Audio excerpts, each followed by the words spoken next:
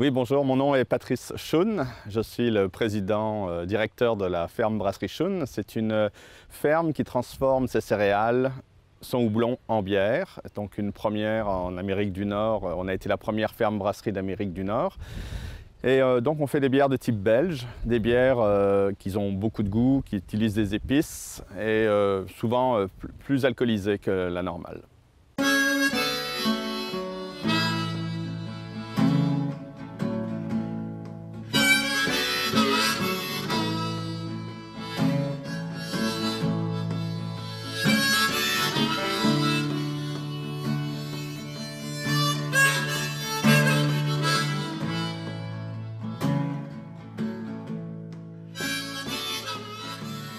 On a plusieurs gammes de bières. Ici, on a nos bières régulières, que ce soit l'indépendante, la place, qui sont des bières blondes.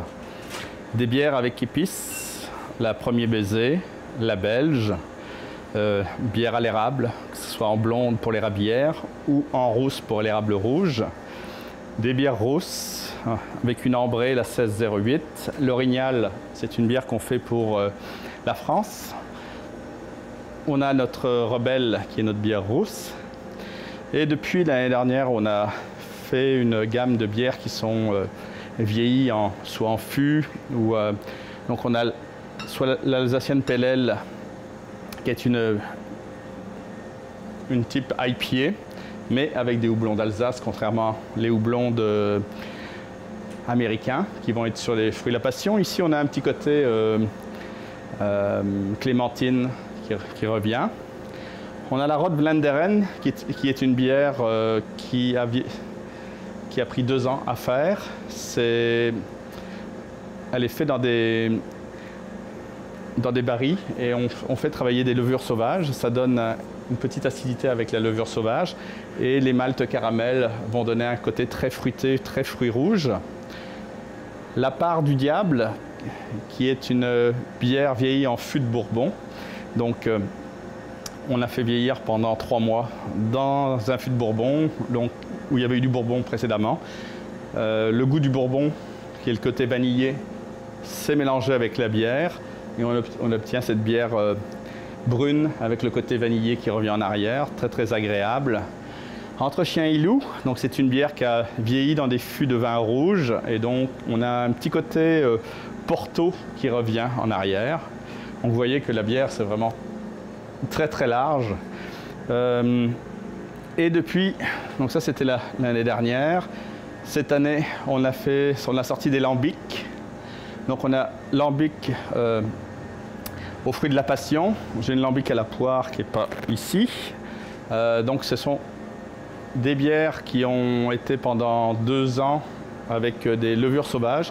Et les derniers 6 mois, on ajoute les fruits. On a ajouté des morceaux de poire pour faire la bière à la poire. Et on a ajouté la purée de fruits de la passion, parce qu'évidemment, on n'a pas de fruits ici. Et c'était le moyen le plus facile pour obtenir la bière. Et donc, on a ajouté en 6 mois. Après, on va filtrer le tout, mettre en bouteille. Et on obtient une bière avec vraiment le goût de poire et le goût du fruit de la passion. On a sorti aussi une bière au miel qui s'appelle To Be or Not To Be, donc avec la petite abeille style shakespearien. On a sorti 2 bières triples, donc une triple blonde, la triple des Schoen, et la Tundra qui est une triple blanche. Donc des bières très fruitées, très désaltérantes. Ça. Donc, on produit 29 bières différentes ici. On a 29 recettes qui ont été déjà établies. Et donc, il y a des bières qui disparaissent. Donc, on les fait une fois. Et c'est ce que les gens recherchent, d'avoir goûté une exclusivité. Comme les bières aux fruits de la passion, aux poires, c'est tellement long à faire. On en fait. C'est une quantité limitée de bouteilles. Et quand il n'y en aura plus, il n'y en aura plus. Ce qui revient régulièrement, donc c'est la gueuse spontanée. C'est un peu la base qui sert à faire les bières aux fruits de type lambic. Donc une gueuse, c'est un lambic vieilli pendant 3 ans, à laquelle on ajoute un lambic plus jeune de 1 an. Dans la bouteille, il y a une refermentation bouteille qui se fait. et ça s'appelle une gueuse. Donc les bières qui sont là tout le temps, ce sont ce que je vous ai appelé les bières régulières. La Place du Marché, la Belge, l'Érabière, la 1608, la Rebelle, la Blanche de Québec, donc la bière de blé. Ça, ce sont les 6 qu'on fait tout le temps. Ce sont nos bières. Et les autres, ce sont des bières qui reviennent une fois par année pour la Triple des Chaunes et la Toundra. Et il y a des bières qui sont exclusives, donc ils vont être brassés qu'une fois, comme l'Alambic. La Rotvenderen, ça va revenir, on en a d'autres qui sont en cours. La part du diable, si je rachète d'autres fûts, parce que ça prend des fûts qui ont eu précédemment du bourbon dedans. Et entre chien ou loup, ça va revenir aussi. Mais bon, j'ai tellement de recettes en stock que tu sais, je ne peux pas tout faire, donc j'essaye d'y aller et de sortir des nouveautés. Qui trouve les titres? C'est moi qui s'amuse à m'amuser à trouver des noms qui correspondent à la bière. Donc, j'essaye aussi d'avoir des choses qui sont un peu du terroir, comme Entre chien et loup. Donc, on sait que c'est à la brunante. Donc, on avait une bière brune. Je trouvais que c'était intéressant d'avoir ce nom-là. La part du diable, c'est parce que quand une bière ou un vin est dans un tonneau, la partie qui s'évapore, c'est la part des anges. Et donc, la partie qui reste, la part du diable. À la Rotvenderen, ça veut dire Flandre rouge en flamand. C'est donc une bière de type Flandre rouge, mais on a dit on va l'appeler du nom de la manière que c'est dit là-bas. L'Érabière, le jeu était facile de faire, le jeu de mots était facile. L'érable rouge, puis voilà. Comment on fait pour se démarquer? On essaye d'être créatif. Et ce qu'on s'aperçoit, c'est que les gens... il y a beaucoup de brasseries qui ne sont pas créatives parce qu'elles recopient exactement les mêmes images qu'on a. Donc on a sorti ça donc, en mois de mars, la bière aux fruits de la passion. Et il y a une brasserie qui vient de sortir une bière avec les mêmes types d'images, le même cadre. Franchement, il y en a qui ne sont pas du tout créatifs, mais bon. Donc on essaye d'avoir quelque chose qui est...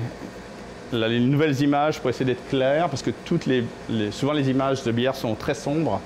Et on a décidé, tiens, on va changer. Vous allez voir que les brasseries vont sortir des images claires. Anciennement, les moines faisaient une bière qu'ils appelaient simple. C'était une bière pour prendre tous les jours, parce qu'au Moyen-Âge, on buvait toujours quelque chose avec un petit peu d'alcool dedans pour ne pas être malade, parce que l'eau, il y avait beaucoup de problèmes avec l'eau. La double était... Donc on mettait, mettons, 100 kg de grains avec 100 litres pour faire une bière simple. Là, on mettait 200 kg, ça faisait une bière double.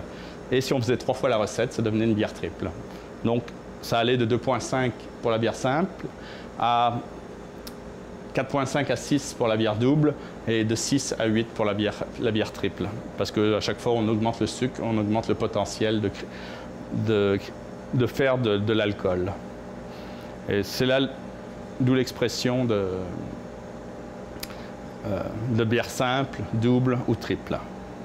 Donc, le bière simple, ça se fait pratiquement pas, parce que les gens ne vont pas acheter une bière à 2,5% d'alcool. Les bières doubles, ça c'est des catégories qui sont restées, qui proviennent de la Belgique. La bière double, donc c'est une bière en général un peu plus foncée. Donc la tendance était de rajouter des maltes spéciaux pour faire la bière double. Et la bière triple, c'est souvent blond parce que on met plus de grains, on essaie de ne pas mettre de maltes spéciaux parce que comme on met plus de grains, ça coûte déjà plus cher. Et c'est pour ça que la triple est souvent une bière blonde. Moi, j'aime bien le petit côté acidulé qu'on va retrouver dans les lambics à la fin de la journée parce que ça rafraîchit beaucoup plus. Et quand je mange, j'aime bien prendre une bière triple parce que ça accompagne bien un repas. Et avec du gibier, une bière double ou une bière rousse qui a du caractère pour aller avec la viande. Et la blanche, quand on mange des moules, frites et moules, ça va super bien avec la blanche. J'ai le goût de faire voilà, j'avais le goût de faire des bières aux fruits, parce que l'été s'en venait, et que de sortir une bonne bière aux fruits un petit peu acidulée, où le fruit ressort plus. Et c'est franchement très agréable sur la terrasse. On avait sorti il y a 3-4 ans une bière à framboise, une bière à la pêche, et ça avait vraiment plu, les gens venaient, et puis ils n'arrêtaient pas de nous en parler. Là, on n'a pas de bière aux fruits. Et c'est parce qu'on ne peut pas tenir tout le temps tout le stock, parce qu'il faudrait avoir 3 fois l'entrepôt. Et donc, on est quand même limité en espace. Alors, on essaie d'y aller par thématique, comme ça. Mais bon, je pense qu'avec la gamme, c'est assez complet. Quelqu'un qui aime bien l'amertume avec les PLL, il retrouve. Les gens qui aiment bien le côté sucré, donc avec la double chocolat belge ou la bière à l'érable, la rouge, l'érable rouge, ils sont rassasiés. Ceux qui veulent goûter plus le côté maltais avec la rebelle, plus le côté épicé avec la belge ou la tripe ou la toundra. Donc, franchement, quelqu'un qui n'arrive pas à trouver sa bière dans ce qu'on a, il est vraiment très très difficile. Est-ce que vous êtes fiers de vos bières? Vous partez de la terre jusqu'à la bière? Oui, c'est de la terre à la bière. En tout cas, moi, je suis très fier de chacune des créations. Je trouve ça passionnant. Je n'ai pas l'impression de travailler dans mon métier. Tous les jours, il y a quelque chose de nouveau à découvrir, à créer. Mais que ce soit de créer la bière, après créer l'étiquette, comment transmettre l'idée qu'on a voulu sur l'étiquette, le contact avec les clients, d'aller voir les clients, faire les expositions. Tu sais, c'est toujours un contact qui est vraiment agréable, les gens goûtent, tu as l'impression tout de suite, c'est pas comme d'aller déposer les bières dans un magasin et tu sais pas comment les gens vont la prendre. Là, on a décidé de mettre beaucoup plus d'explications sur les étiquettes pour que les gens sachent comment prendre la bière, à quelle température elle est idéale, avec quoi c'est le meilleur. Et vraiment, les gens, on a des très très bons commentaires sur les médias sociaux, tout ça, les gens nous écrivent, dire qu'ils trouvent ça vraiment merveilleux. Mais bon, le truc, c'est on essaye de ne pas être une grosse brasserie, on essaye de rester à taille humaine. Puis ça me permet justement de pouvoir faire des bières différentes. Si on était beaucoup plus gros, il y aurait plus de salaire à être sûr que ça rentre, et là on aurait tendance à aller plus vers le commercial.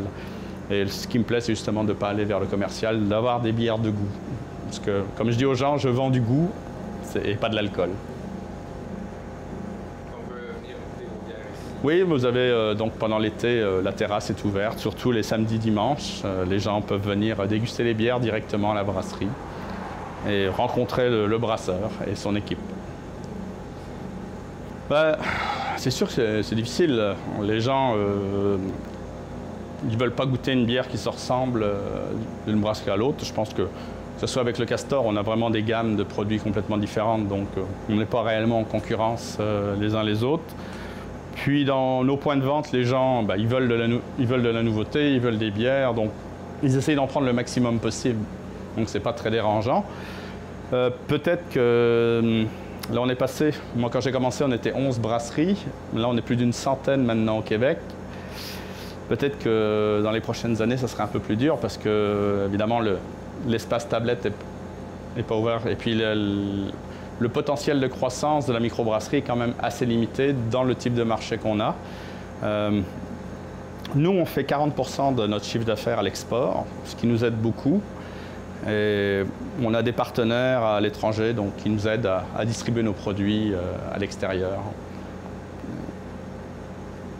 Démarqué aussi par votre Oui, terre. c'est ça, on essaie de trouver à avoir quelque chose d'unique.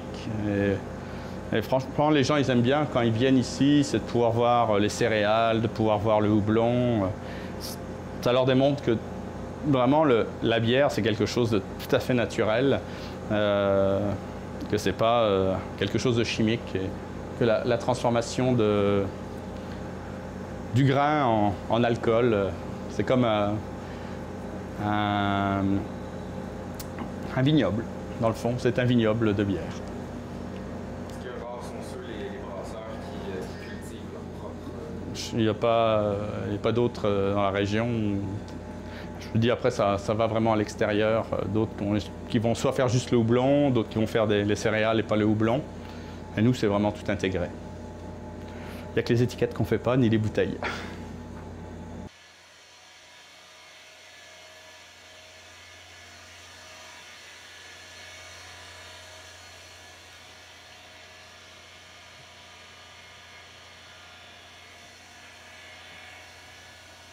C'est comme la cuisine, on doit tout nettoyer avant de mettre la bière dedans, donc pour la fermentation. Donc ce sont les fermenteurs. C'est des fermenteurs de 6000 litres, donc on fait 2 brassages pour remplir chaque fermenteur. Donc c'est 2 jours de travail pour remplir un fermenteur complet. Et en finale, ça va nous donner 600 caisses de 24 en bière finale.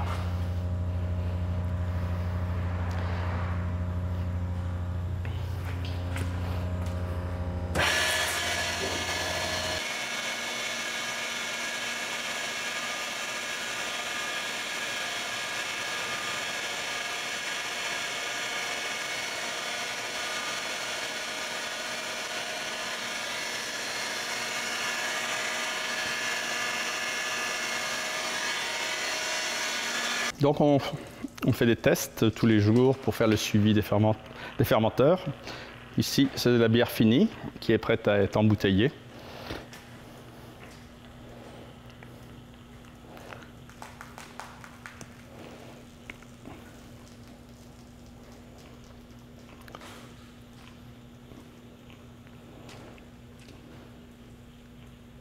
C'est quoi le test?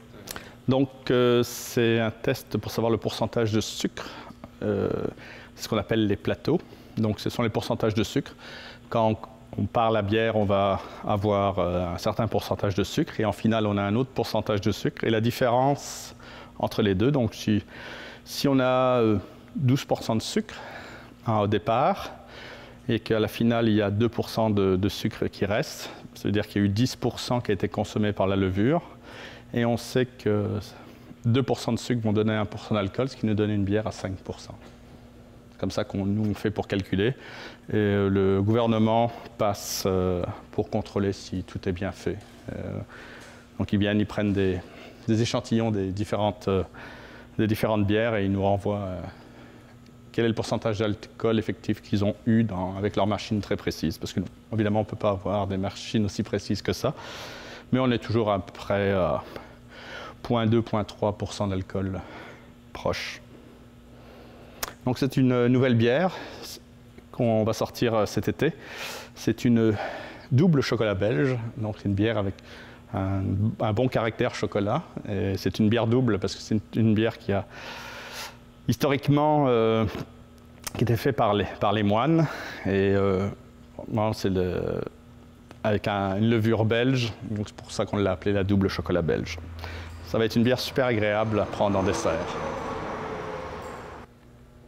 Donc là, ça prend un petit temps, parce que habituellement, on n'a pas autant de mousse que ça quand on prend durant la fermentation. Là, c'est parce que la bière est finalisée. L'autre chose qu'on fait beaucoup pendant l'été, ce sont les visites de groupe, les gens qui viennent déguster la bière à la terrasse. Donc, on a tendance à travailler beaucoup les fins de semaine. Et donc, c'est aussi pourquoi on essaie d'avoir tout fait nos stocks d'avance pour être un peu plus tranquille, parce que c'est très difficile de faire des visites quand on est en train de brasser ou qu'on est en train d'embouteiller. C'est un peu dangereux, donc les éclats de verre et tout ça. Donc c'est pour ça qu'on essaye de faire ça vraiment pendant l'hiver. Donc ça, c'est notre cuve de conditionnement. C'est la cuve dans laquelle soit on injecte du CO2, comme dans cette bière-là, ou alors on va ajouter du sucre pour refaire une refermentation bouteille. Ce sont 2 types d'embouteillage possibles qu'on fait.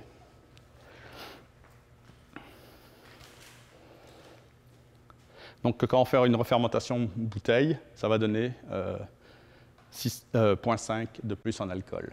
Donc si on veut une bière à 8 en finale, on va la faire pour qu'elle soit à 7,5%. On ajoute notre sucre, on refait la refermentation en bouteille et on obtient une bière à 8%. Donc celle-là, vous dites qu'elle est prête. Oui, elle est prête à embouteiller. Combien de temps ça a pris? Un mois. Ça fait un mois. Donc c'est un long processus. Là. C'est- Il y a la culture de votre terre. Ouais. Ça, on n'arrête pas souvent. Mais bon, faut dire que pendant le mois, c'est quand même pas nous qui travaillons tout le temps, c'est la levure. Ils sont non syndiqués, ils travaillent tout le temps, jour et nuit, donc c'est correct. Quand même un long processus. Un long processus, oui. C'est vraiment... il faut, en plus, il faut bien connaître... comme ça, c'est une nouvelle bière qu'on n'a jamais fait encore. Et puis elle est vraiment comme on voulait. On a réussi à tomber directement dessus. Une belle couleur, une belle mousse. C'est ce qui est important pour des bières de cette qualité. C'est pas compliqué, les bières qui sont 100% grains ont une belle mousse. Les bières commerciales sont faites avec du sucre et du maïs ou du riz. Ben, ils n'ont pas de mousse. La mousse est vraiment très fine parce qu'il n'y a pas les protéines des céréales qui servent à faire la mousse. C'est vraiment ça qui indique, quand vous voyez une bière avec une belle mousse, vous pouvez être sûr que c'est une bière qui a 100% grain. C'est quand même quelque chose d'important. Notre clientèle, c'est ce qu'ils veulent. Pourquoi les grandes brasseries vont utiliser du sucre, du maïs ou du riz? C'est une question de coût. Le maïs, ça vaut 3 fois moins cher que le malt. Donc, quand ils font beaucoup de volume, et ils calculent que pour eux, c'est la meilleure manière de fabriquer la bière.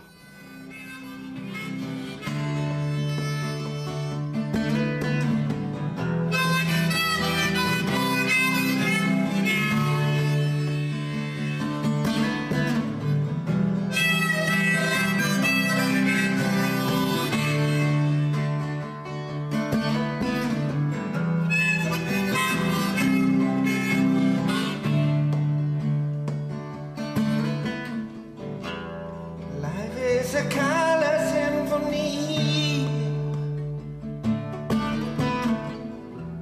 You close your eyes, you don't wanna see. Look at the flowers of the spring. It doesn't mean not anything. You got nothing but to lose. But you got a blue. Have you ever met a Jew? There is nothing to excuse. Blow out a flame of a lucky game and start again. It is not a shame.